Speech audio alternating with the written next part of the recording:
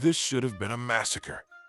In AD 60, a smaller Roman force cut off deep in Britain, facing a much larger army led by Boudicca. Behind them were supply carts, families, and wounded. In front of them, a crowd that had already burned the Roman cities of Londinium, Camulodunum, and Verulamium to the ground. On open ground, numbers like that usually decide everything. The Roman commander Gaius Suetonius Paulinus did not try to match numbers. He did something else. He changed the problem.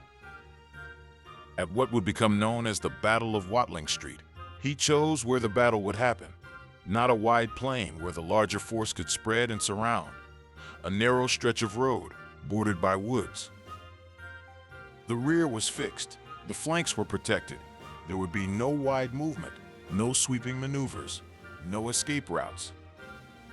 This was not comfort. It was constraint. That single decision removed most of what made the larger army dangerous. A crowd can overwhelm in open space. It struggles when it has to compress. What looked like an advantage began to fold into a line. The soldiers of Legio Points Gemina and their allied units did not see a field full of enemies. They saw a front they could measure. Each man had a clear job: hold the line, throw when ordered, step when told. There was no room for improvisation, and that was the point. This was Roman discipline in its purest form, a kind of practical stoicism where emotions were set aside for systematic action. In a moment where hesitation could break everything, simplicity held. When the first contact came, it was not chaos, it was sequence. The front line advanced just enough. The pilum was thrown into a packed mass. Shields were struck, bodies slowed, momentum broken. What had been a moving force became something tangled and uneven. That moment matters more than it looks. Speed is part of shock. Remove the speed, and the charge becomes a push. Remove the push, and it becomes a series of isolated fights. Now the Romans were where they wanted to be. Close, controlled. The gladius works best when space is tight, not in sweeping motions, but in short, direct movements. The kind that do not require strength or speed, only position and timing. Behind the front, another line waited, not watching, not guessing, waiting for a single signal. When one part of the line tired or bent, another replaced it. The shape held, even as the pressure changed. This is what discipline looks like up close. Not shouting, not emotion, a series of actions repeated until they no longer depend on how you feel. The larger force kept pressing. They had reason to. They had already destroyed Roman settlements. They had seen victory. Their confidence was not misplaced. But confidence does not change the shape of the ground. As they pushed forward, the space narrowed further. Bodies compressed. Movement slowed. Those at the front could not move freely. Those behind could not see clearly. Orders do not travel well through a crowd. What had been strength became friction. The Romans did not need to rush. They did not need to chase. They only needed to continue what they were already doing. Hold, replace, advance a little, hold again. There is a moment in battles like this where the outcome shifts, but nothing dramatic happens. No sudden breakthrough, no heroic charge, just a gradual loss of coherence on one side and the steady preservation of it on the other. That moment came here.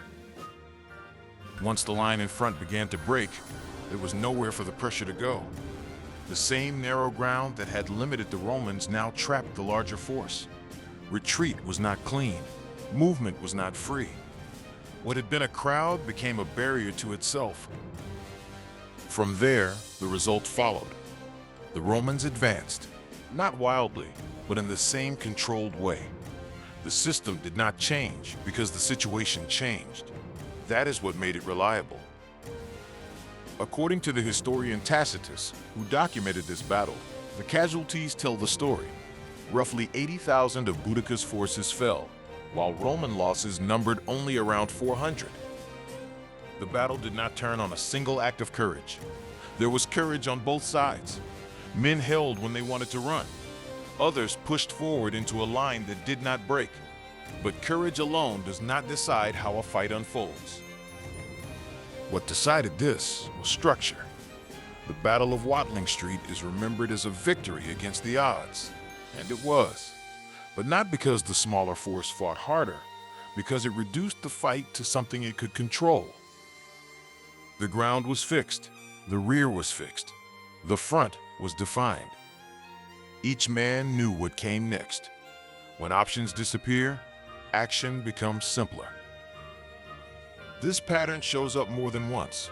When time is short, when pressure is high, when the situation cannot be expanded, the choice is not between many good options.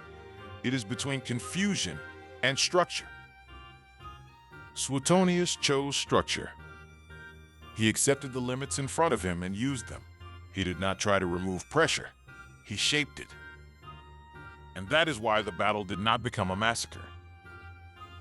It became something else, something narrower, more controlled, more predictable. Something Rome could solve. If you want more of this, I put these kinds of moments together. Real situations, real constraints, and how Roman military discipline, rooted in Stoic principles of emotional control and systematic thinking, was executed when there was no time to think. You can find the book below.